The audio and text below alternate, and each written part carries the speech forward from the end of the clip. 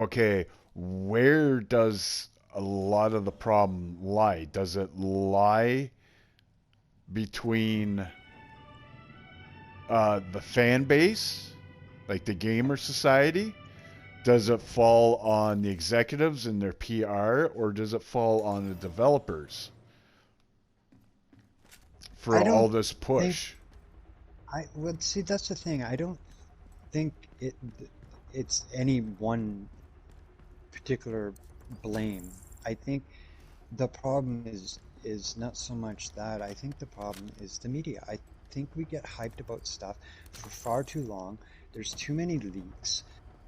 There's too much hype for, what is coming out long before it's even due to come out. And I think that's more the issue, right? Rather than so much like, you know, anything else related. I don't think it's a PR problem. I don't think it's a fan base problem. I don't think it's a developer problem. I think it's a media problem. I really do. I think Well, I think nothing is hidden, for one. Like you know everything before, it even it's even a thought nowadays, it seems like. And that's the other problem. Nothing's a surprise anymore. but the definite thing though is that this issue though that I find is broken games. It's kind of like the Windows 10 lately, the last update that they had. Turned out that it actually kind of broke Windows, and then they had to push for a fix, right?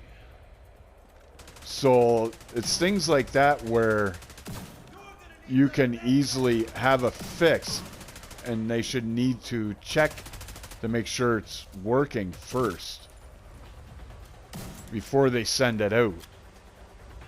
Well, and therein lies the issue. That's not always the case either, because I'm sure that things do get tested to find out what is working, but for the most part it works. But they can't account for every situation. That's the thing. Like people run their computers differently, right? So what may work for them at that particular moment in time, and maybe on a few other computers in their office, may be well working.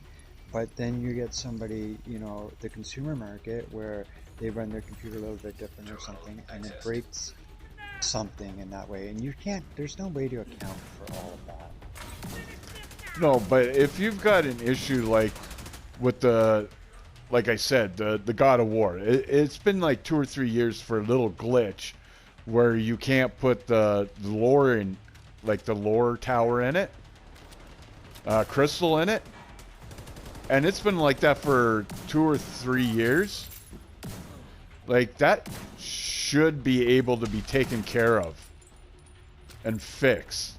Like it doesn't affect you on your accomplishments for the overall game per se, but it's something that a lot of people want for the in game. For your trophies, it doesn't affect, but for the in game, it kind of does affect the game.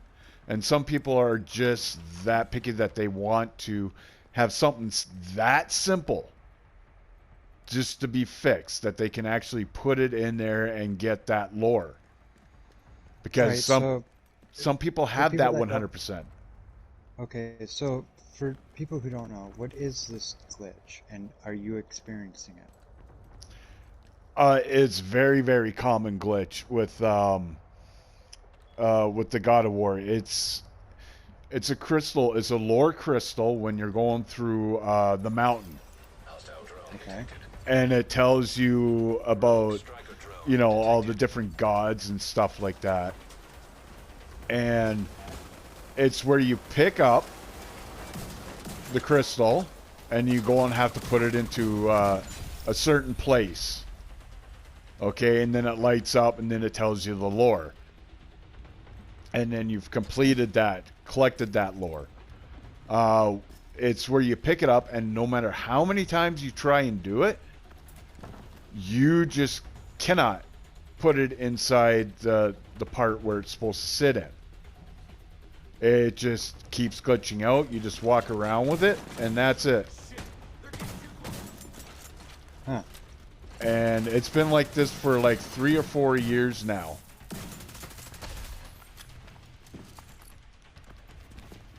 And, you know, a simple little fix like that can be done.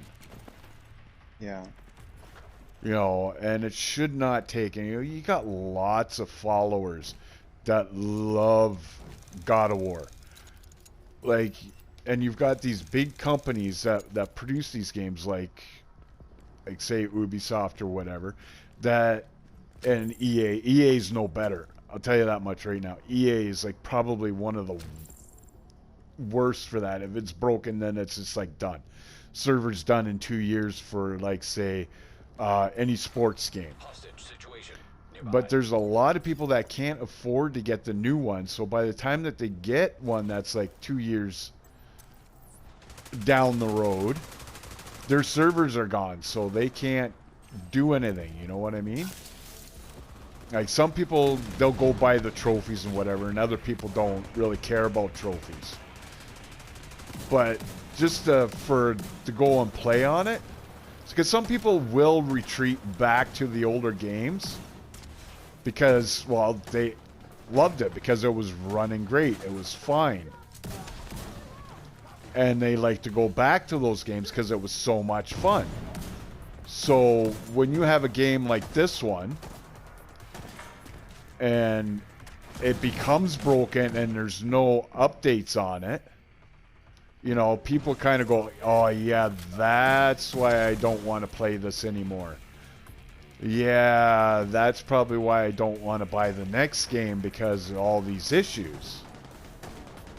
They remember that. They remember having fun, but they also remember the bad products, and you not really, I guess you can say, as a either executive, I don't think it's the developers more or less, but I think it's more the executives where they really don't care about their fan base. And that's what I think kind of hurts them a bit. You know what I'm saying on that? Yeah, I hear you. Because like this game, yes, when I first started playing it, great. I like all these new little add-ons that they're doing and stuff like that. But glitches. I've noticed glitches in the game. And to me, that's kind of a downer for it, because I was kind of leery about this game because I played the first one and I had one hell of a time trying to get into the game. And it's the same as this one too. Okay, but to be honest, when you got the game on disc, you got it.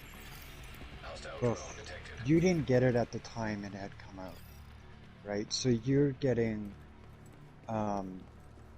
pretty much the end product of what the game turned into. Yeah, and that's exactly my point. And it does. It makes it difficult, but the reason why it is like that is because of all the fixes that they did to it, right? Right. So or unfixing.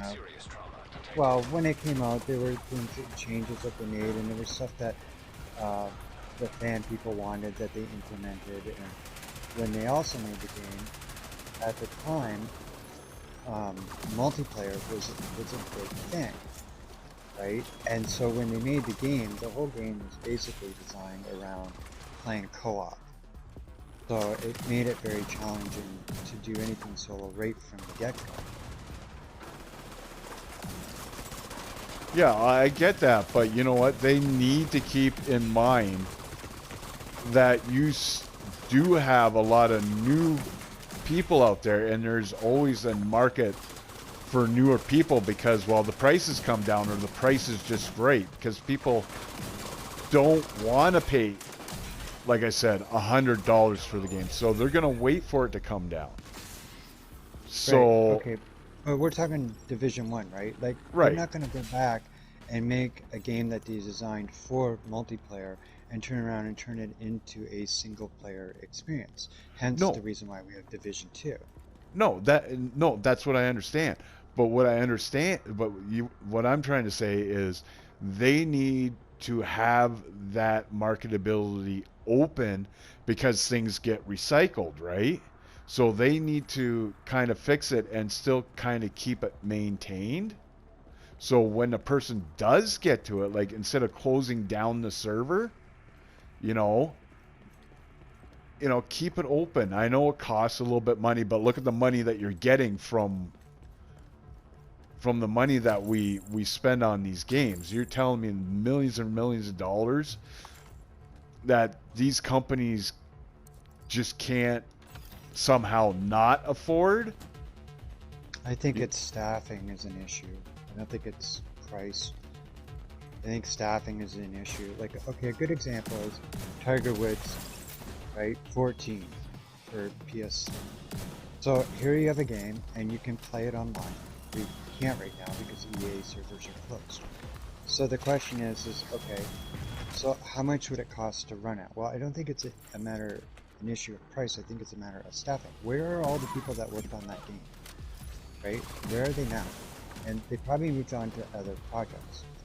So the question is are they going to hire somebody to sit around and, make sure the servers are running and working for the next 6-7 years?